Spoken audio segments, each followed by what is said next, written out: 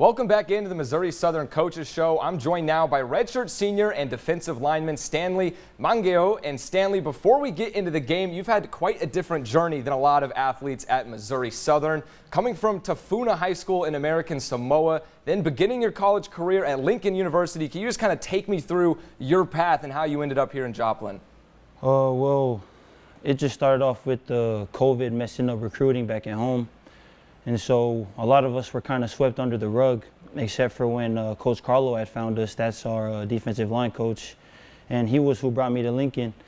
And I had spent my freshman year over there, my true freshman year over there. And he ended up leaving and coming back to MSSU. And he ended up bringing me with him. And that's how I ended up here in Joplin. Gotcha. And so kind of having that connection with your former coach, was there really anything else about Missouri Southern, about this community that really wanted to make you be a Lion? The fact that there were other boys from my island here, it just made me feel at home.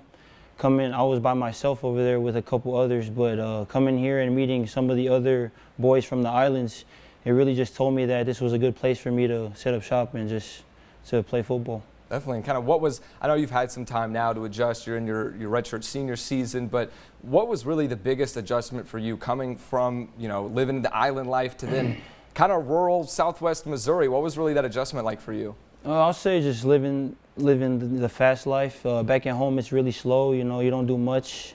You just work and provide for your families. But coming out here and just always keeping my head on the swivel and being busy all the time with football and school, I would consider that a culture shock. Yeah. But it took some time to adjust. Definitely. And, speaking about the game itself now against Southwest Baptist, we talked with Coach Bradley just about the energy on the sidelines. From your perspective, how would you kind of describe that energy and confidence going on in the program? Because it seems like there's kind of something in the air with Southern football right now. We came into this game, of course, wanting to win. We all know, the whole team knows we got unfinished business this whole season. And we got a lot of L's to settle. So coming into this game this past Saturday, we just knew we had to just go out there and ball and play for each other and play for our families and just be a family and ball out. Definitely love that kind of camaraderie of the team. All right, let's go ahead and hop into some of the top defensive plays from Saturday's win. Lions had plenty of success early on defense, keeping the Bearcats out of the end zone until the final stages of the first half. Stanley, what was kind of the game plan on defense coming into this matchup with SBU, and what was clicking for you guys early on in this one? Our plan going into Saturday was really to keep that QB from staying in the pocket too long, get him to run around and make some mistakes to throw the ball around and hopefully end up in our hands. Like you see, Bergie had made that, Zach Bergman had made that pick as well. Mm-hmm. And so our plan was really just stop the run and to get the QB to leave that pocket. Yeah, definitely. And you mentioned kind of that interception. Just how can a play like that really change the momentum, shift it in the Lions' favor when a big play like that happens? Oh, it got us hype. Zach Bergman's not really your ordinary player. That guy's different as well. But as soon as we seen that happen, that just got the whole team hype, and we were ready to just finish off that game with the dub. And how crucial, when you look at the game box score, on paper, how crucial really is it for a team? You guys forced 3 turnovers in this one, had that interception, 2 fumbles. How big is that for the momentum and to keep your offense, or really just to get the ball back in your offense's hands as fast as possible? I would consider it crucial. We want to get the offense the ball as many times as we can so they can go up there and put some points on the board.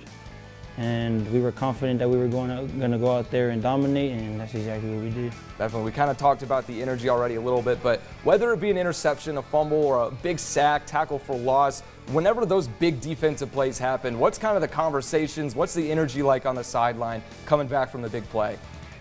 To keep hitting them in the mouth even when they're down, and to just finish off the game. Absolutely. All right, well, last one I've got before we look at some numbers. Next time out, you'll be facing conference opponents. And from a defensive perspective, we talked a little bit about how this is a gauntlet of a conference. Just how tough is it going up against these MIAA offenses week in and week out? It's going to be tough. We're not going to take these teams lightly. And we're just going to keep preparing and mentally and physically for these upcoming teams. Because we're already where we were at last year, and now we just got to flip the page. Absolutely.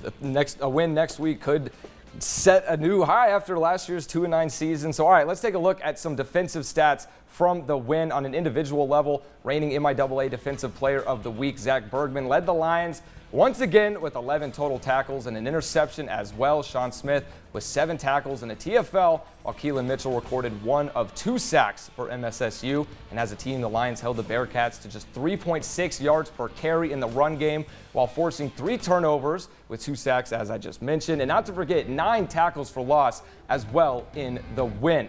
One last question for you, Stanley. It was kind of a picture-perfect first half there, holding them to just 3 points until the last couple minutes before halftime. But overall, what kind of adjustments is this defensive unit going to make going forward? Because the Bearcats had a little bit more success in that second half.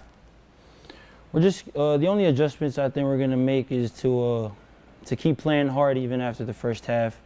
We tend to start hot and end up, that ends up fading, or we either start off slow and start picking it up in the second half.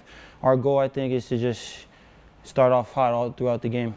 Absolutely. And, one last question. We're looking forward to kind of those conference matchups. Or actually, we're going to go ahead and toss to break right now. We appreciate you being here, Stanley. Looking forward to those MIAA matchups. This is our last break, and when we come back, I'll be joined by head coach Atiba Bradley once again to recap the weekend and look ahead to the Lions' first MIAA matchup of the year. Stay with us.